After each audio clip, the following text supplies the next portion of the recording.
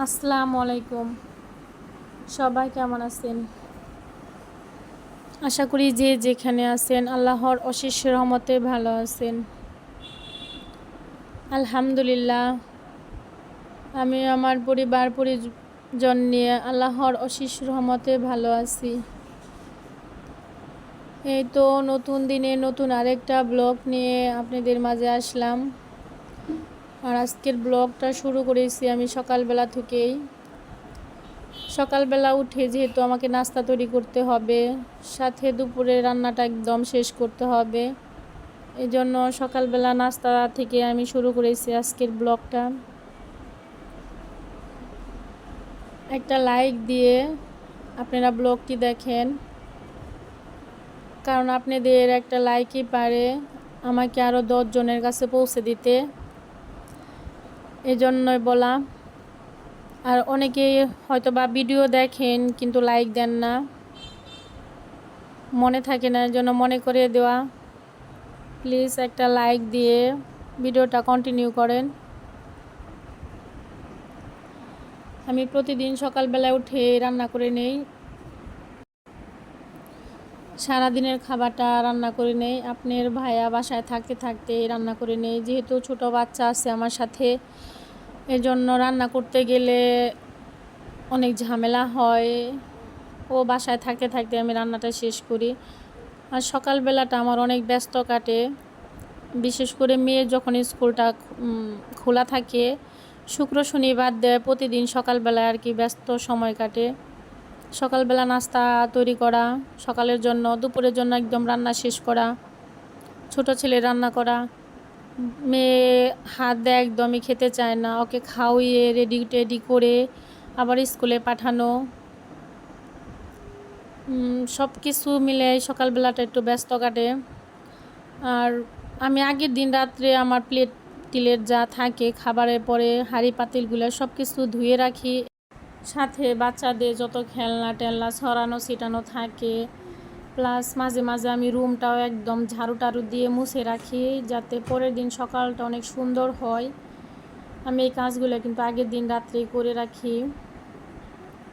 আর সকালবেলা উঠে আমি অনেক কাজই করে নিয়েছি।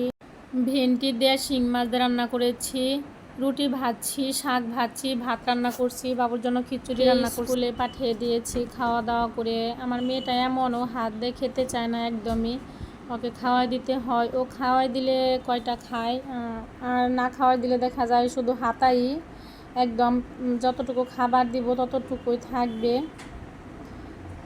কষ্ট হলে ওকে স্কুলে যাওয়ার আগে আমি কিছু খাওয়াই দেই, খাওয়াই দিলে একটু ভালো লাগে যে 2টা পর্যন্ত থাকবে। যেদিনকে না খেয়া যায় তখনও আমার অনেক কষ্ট হয়, এই জন্য ওকে কষ্ট হলে খাওয়াই দেই। আপনার ভাইয়ার দুপুরের জন্য লাঞ্চ নিয়ে যায়, ওকে লাঞ্চ দিয়ে বক্সে ভরে দিয়ে আপনার ভাইয়া চলে গেছে, রুজাকে স্কুলে দিয়ে আপনার ভাইয়াও দোকানে চলে গেছে।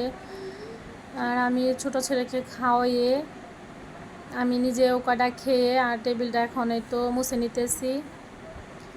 আর চুলার পাটটাও মুছে রেখে আসছি, চুলার পাটটাও অনেক ছিল, রান্না বান্না করার পরে যে হাঁড়ি পাতিলগুলো থাকে সেগুলোও সাথে সাথে আমি ধুয়ে পরিষ্কার করে আসছি। সাথে সাথে করে দিলে দেখা যায় পরবর্তী আর কাজটা জমা হয়ে থাকে না, এই জন্য চুলার পাড়ে রান্নার সাথে সাথে আমি হাঁড়ি পাতিলগুলো ধুয়ে ফেলি, সাথে চুলা টুলা একদম মুছে বের হই। এই তো এখানে আমি 2 রুমের বিছানা সুন্দর করে ঝাড়ু টাড়ু দিয়ে পেতে নিলাম, একদম টান টান করে পেতে নিলাম। আর আমার 2 ছেলে আমার পিছনে পিছনে ঘুরতেছে, ওরা বসে বসে নোংরা করতেছে বাসা। আমি এক মধ্যে গুছিয়ে আসি আর ওরা এক মধ্যে নোংরা করে। বাচ্চা কাচ্চা থাকলে দেখা যায় সারাক্ষণই রুম গুছাইতে হয়, ওদের খেলনাগুলো এখানে সেখানে সারা ঘর ছড়ানো ছিটানো থাকে, এই জন্য বারে বারে রুম টুম পরিষ্কার করতে হয়, বারে বারে ঝাড়ু দিতে হয়, কারণ এলোমেলো থাকতে পারি না, একদমই থাকতে পারি না। এ পর্যায়ে এসে আপনাদের কাছ থেকে একটা জিনিস চেয়ে নিতেছি, সেটা হচ্ছে যারা আজকে আমার ভিডিওটা নতুন দেখতেছেন কিংবা এর আগেও আমার ভিডিওগুলো দেখেন কিন্তু সাবস্ক্রাইব করা হয় না এখনও, আপনারা চাইলে আমার চ্যানেলটা সাবস্ক্রাইব করে আমার পাশে থাকতে পারেন। আর যারা নতুন দেখতেছেন তারা আমার ভিডিওর যদি কোনো অংশে ভালো লেগে থাকে তাহলে সাবস্ক্রাইব করতে পারেন। আর এই তো আমার বাড়ি থেকে তাল দিয়েছিল, গত ভিডিওতে দেখানো হয়েছে তাল, কিছু আম আর আমড়া দিয়েছিল বাড়ি থেকে আমার আব্বা মাঝে মাঝেই পাঠিয়ে দেয় আমার জন্য এটা সেটা, যখন যাকে পায় তার কাছে কিছু না কিছু পাঠিয়ে দেয়। আর তাল পাঠিয়ে দিয়েছিল, এটা আমাদের বাড়ির গাছেরই তাল। আর তালের রসটা আমি বের করে নিলাম, এটা আমি দেখেছি ইউটিউবে।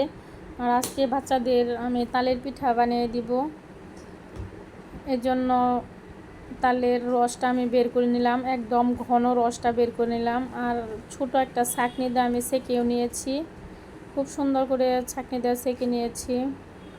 আর ওইখানে আমার ছেলেটা বসে আছে নেংটুস, বসে বসে চিনি খাইতেছে বিকেলবেলা সন্ধ্যার দিকে। আর এখানে আমি এই পিঠাটা দেখছিলাম ইউটিউবের একটা আপুর কাছ থেকে, সেটাই দেখে শেখা, ভাবলাম তাহলে আমিও করি দেখি কেমন হয়। আমি ফার্স্ট টাইম করতেছি, এর আগে আসলে কখনো করা হয় না এই পিঠাটা। আর আপুটার মতো হয়তো বা হবে না যেহেতু ফার্স্ট টাইম করতেছি, কিন্তু চেষ্টা করতেছি আপুটার মতো হয় কিনা।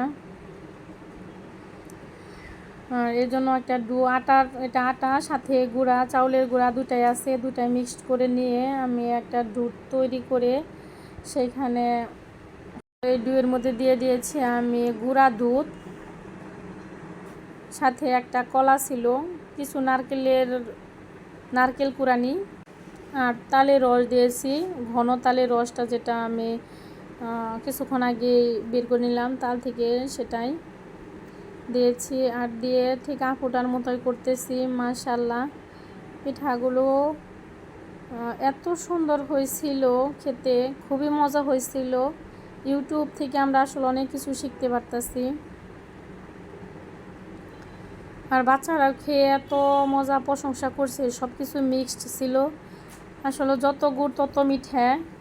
এটার উপাদানগুলো অনেকগুলো উপাদান দিছিলাম, খেতে মাশাআল্লাহ খুবই মজা হয়েছিল। আর ফুলকো ফুলকো হয়েছিল, প্রতিটা পিঠাই ফুলকো ফুলকো হয়েছিল। আর আমি লাল লাল করে একদম লাল লাল করে ভেজে দিছিলাম, বাচ্চারা খেয়ে খুবই খুশি হয়েছিল। আর সবাই আমার ভিডিওগুলো সবাই একটু ফুল ওয়াচ করে দিয়েন, আমি কিন্তু প্রত্যেকের ভিডিও ফুল ওয়াচ করে দিই, 12 মিনিট, 10 মিনিট, 8 মিনিট, 14 মিনিটের ভিডিও, যার যে ভিডিওগুলো দেখি আমি ফুল ওয়াচ করে দিই। আমি হয়তো বা বসে থেকে দেখতে পারি না, বড় একটা কমেন্ট করতে পারি না, কিন্তু আমি ছেড়ে দিয়ে কাজ করি। সবাই জানেন আমার 3টা বাচ্চা, যারা আমার ভিডিওগুলো দেখেন, 3টা বাচ্চা নিয়ে আসলে ভিডিও এডিট করা অনেক কষ্ট হয়ে যায়। তারপরও আমি সারাক্ষণ ছেড়ে দিয়ে তারপরে ভিডিওগুলো দেখি এবং ফুল ওয়াচ করে দেই। ছোট্ট একটা কমেন্ট করি, হয়তো বা গঠনমূলক কমেন্ট করতে পারি না, কারণ ছেড়ে দেওয়া দেখা হলে দেখা যায় যে গঠনমূলক কমেন্ট করা যায় না। এই জন্য আপনাদের কাছে রিকোয়েস্ট, আমার ভিডিওগুলো প্লিজ ফুল ওয়াচ করে দিবেন, এটা আপনাদের কাছে অনুরোধ, রিকোয়েস্ট। আর এই তো আমি সবগুলাই পিঠা ভেজে নিতেছি, আর ছেলেমেয়েরা গরম গরম অনেকগুলা খেয়ে নিয়েছে। আর এই তো কতগুলো এখানে ভেজে নিয়েছি। মাশাআল্লাহ পিঠাগুলো অনেক মজা হয়েছিল। আর এই পর্যন্ত যারা আমার সাথে ছিলেন তাদেরকে অসংখ্য অসংখ্য ধন্যবাদ। সবাই ভালো থাকবেন, আল্লাহ হাফেজ।